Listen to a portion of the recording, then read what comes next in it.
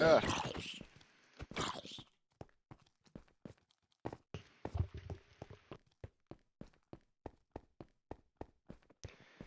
That was a close one. My dear zombie friend, you're going to have to pass away now. I regret to inform you of this situation. Alright. Well, let's do what I normally do. And talk Warhammer. Ah, skeletons. So I played Warhammer last night. Because I played my Tower Auxiliary card draw.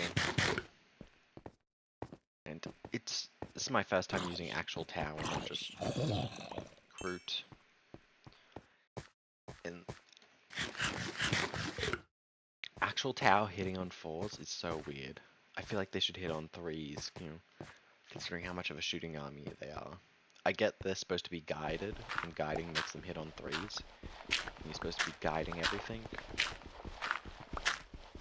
But I just didn't have much Tau in my auxiliary army, so the Tau couldn't guide each other very often. So they were just on 4s, and 4s just didn't feel very nice. So I'm not feeling very nice. My Riptide did literally nothing that game.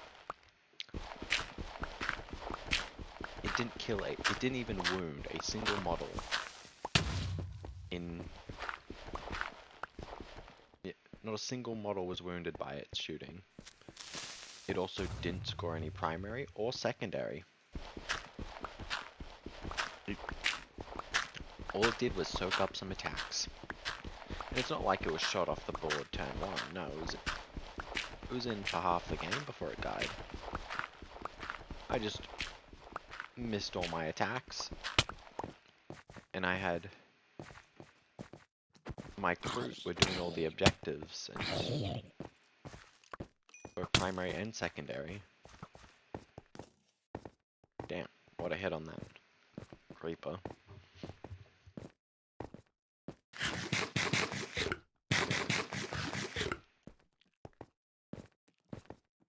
Yeah, Riptide did literally nothing.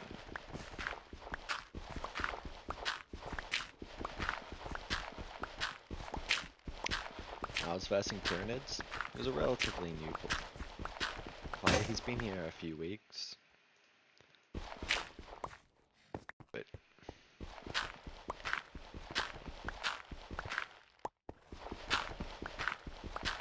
it's his dad's getting him into the game, the person I versed. He's playing Tyranids. And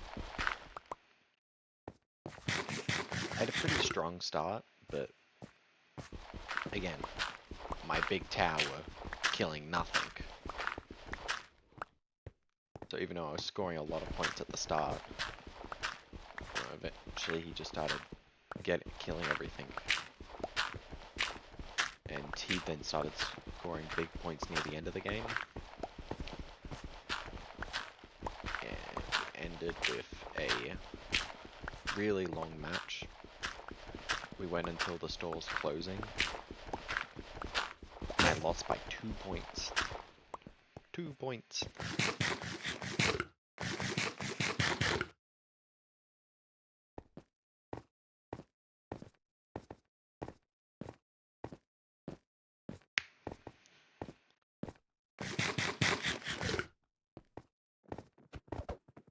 Actually, now I think about it, the broadside didn't only damaged one thing, and that was in melee. Its shooting did no damage.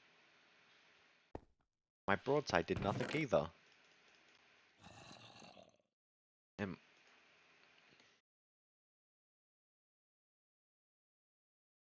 was actually just the Crude and the Vespids that did most of the damage. Because the Ghost Keel did do some damage, but it still didn't do too much. It didn't wipe a squad or anything. Put some wounds on some stuff, but that's it. That's all the proof I need. Root forever. Tau suck.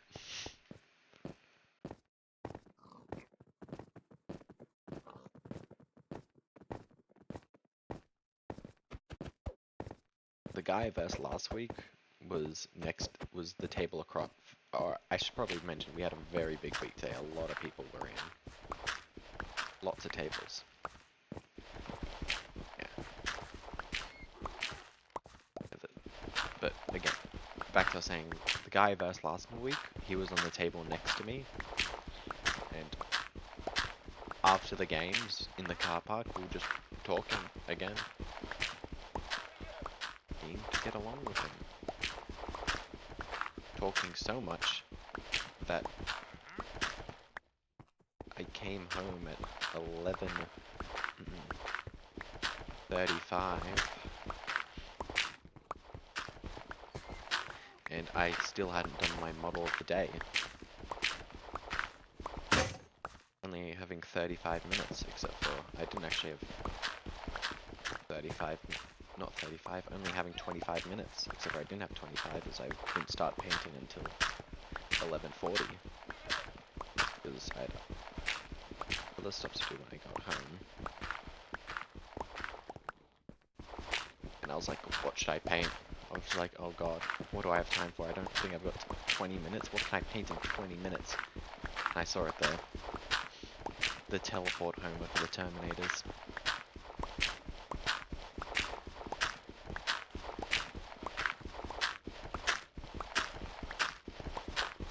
And most of the painting of that teleport homer was just waiting for the paint to dry. I got like impatient and I tried painting and I was like, oh, still wet. Now the paints have awkwardly mixed together. It's like, come on.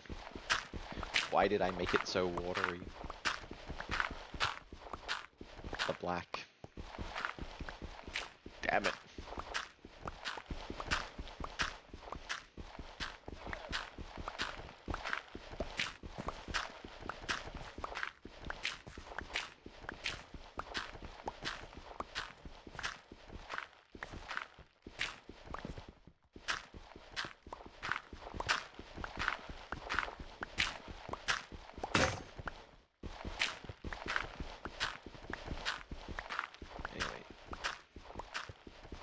But, well, the Warhammer news isn't over. As today I did some building. I built my, the Lone Spear with the long gun, and on the box art, there's a group with a skull on his gun, and I was gonna go, oh, he's my only non-built model, so I'll build him and put the skull on his gun, like on the box art, because I think that's cool. But then his gun was just way too thick. I tried cutting down his gun, but it just wasn't working. It's like, oh no.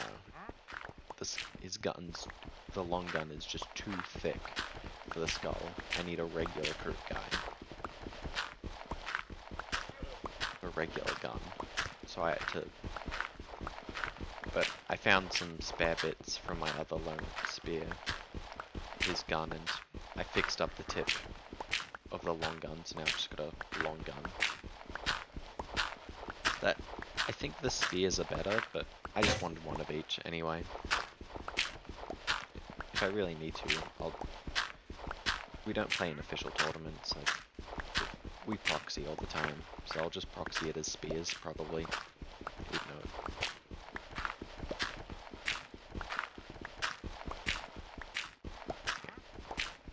Yes, then instead I got the trail shaper, and because the guy in the art is also pointing, and the trail shaper is also pointing. And he's a character model, and he's just some random dude in the back.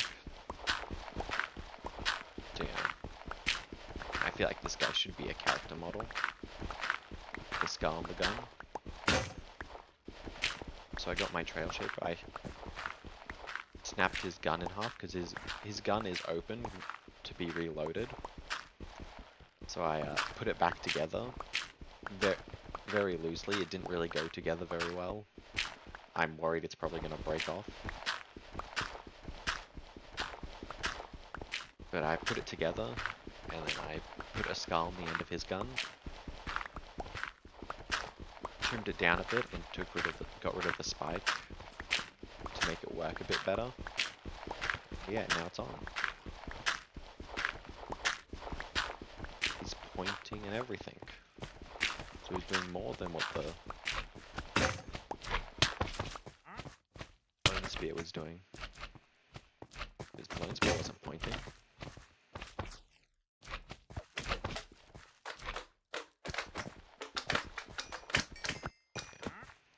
But that's not all the building I did. I also got one of my flesh shapers, because I've got multiple and all the flesh shaper models are identical. It's a mono kit. And I made the flesh shapers, and with one of my flesh shapers I trimmed off his beard hair, and then I trimmed off some of his meat on his back hook.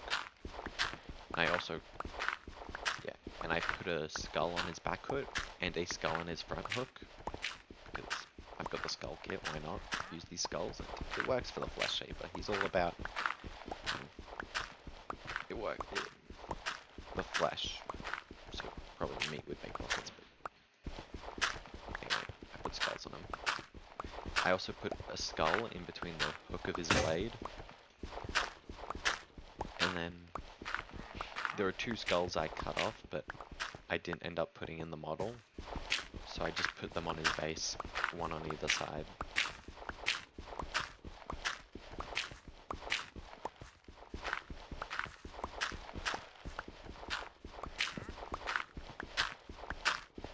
Yeah, that will just add a little variety to my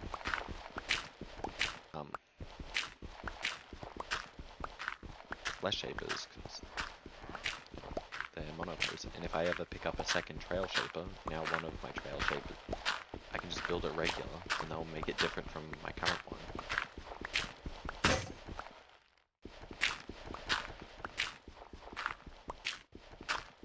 And but also that came out last night was the balance slate, data slate. So new rules, new points. First the points. They hit the Venerator, makes sense. I think the model's really cool and I play it. It just so happens to also be really good. I just think it looks cool. Makes sense they hit it though. Decrease on my crit units, nice. But otherwise, decrease the points of the crit of... Anyway, what am I saying? Yeah, so point-wise, nothing too crazy. But then, on the other hand, we had my voice going.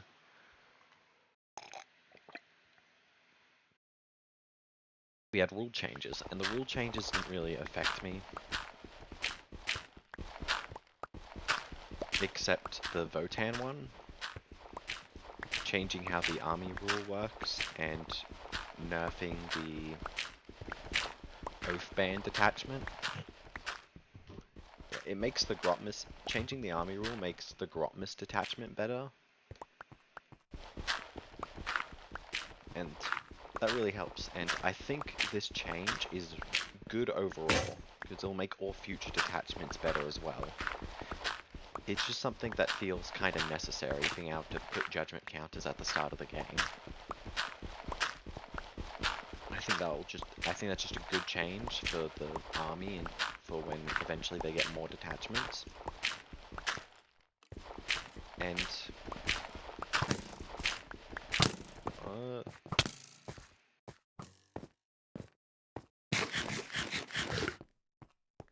I'm gonna make this episode go a bit longer because I'm not finished talking. Oh, never mind.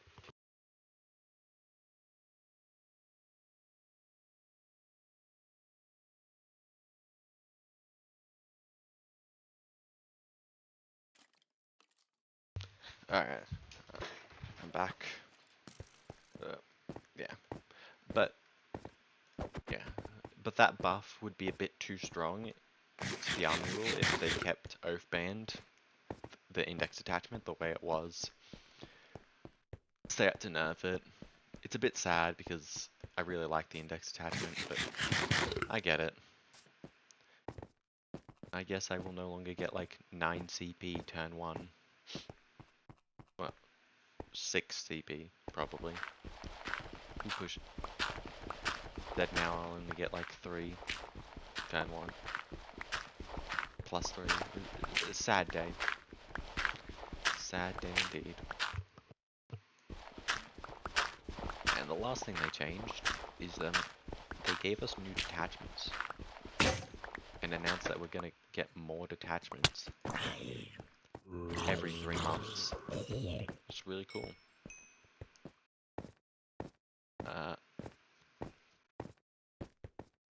I don't play Demon, so the new Bellacore detachment doesn't affect me, but Bellacore getting attachment's cool.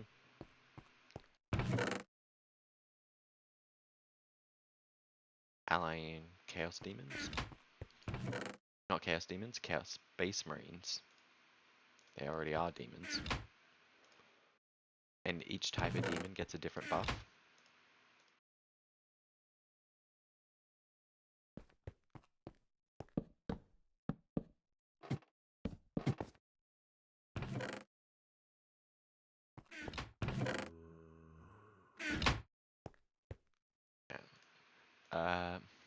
New Custodes. Custodes fighting by themselves make them stronger.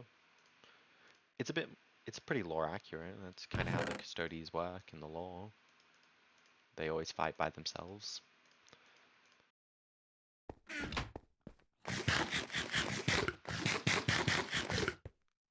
Yes, that's cool. Don't play Custodes as well, so... And... Orc one. Orc has 8 detachments now. Custodes also need another detachment. So did Tau. Tau's got 1. Yeah, but the Orc detachment, Mordaka, Orc 8 detachments. Crazy. The big shooty detachment, get more shots. Yep. So many ways you can play your Orcs. And the Tau one, experimental prototypes. It's a very silly name. Because aren't they, don't those two words kinda just mean the same thing?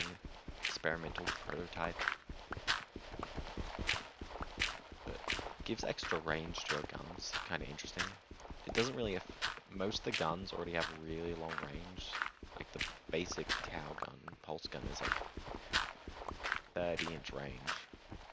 The ion weapons are also like 70, and the rail guns are like 60. So it only really affects like the flamers and the melters being the fusion weapons. Maybe there's something I'm not thinking about. I'm not a big Tau player. I do like how they've got, in that detachment, how they have stratagems that like, ooh, your gun gets a buff, but it's now hazardous. Because like that, ooh, because it's, you know, experimental weapons. That's how they work. But getting an extra detachment every 3 months is something to look forward to. It's something cool. And one of the things they could have been done, it's like, just something they can do. Because it's a digital format. It's great. Can't wait to see can't wait to see what they do for the other detachments. But I'm gonna end the video here because again I ran it a bit long just so I could finish talking. Otherwise, yeah, I'll just forget what I'm gonna say.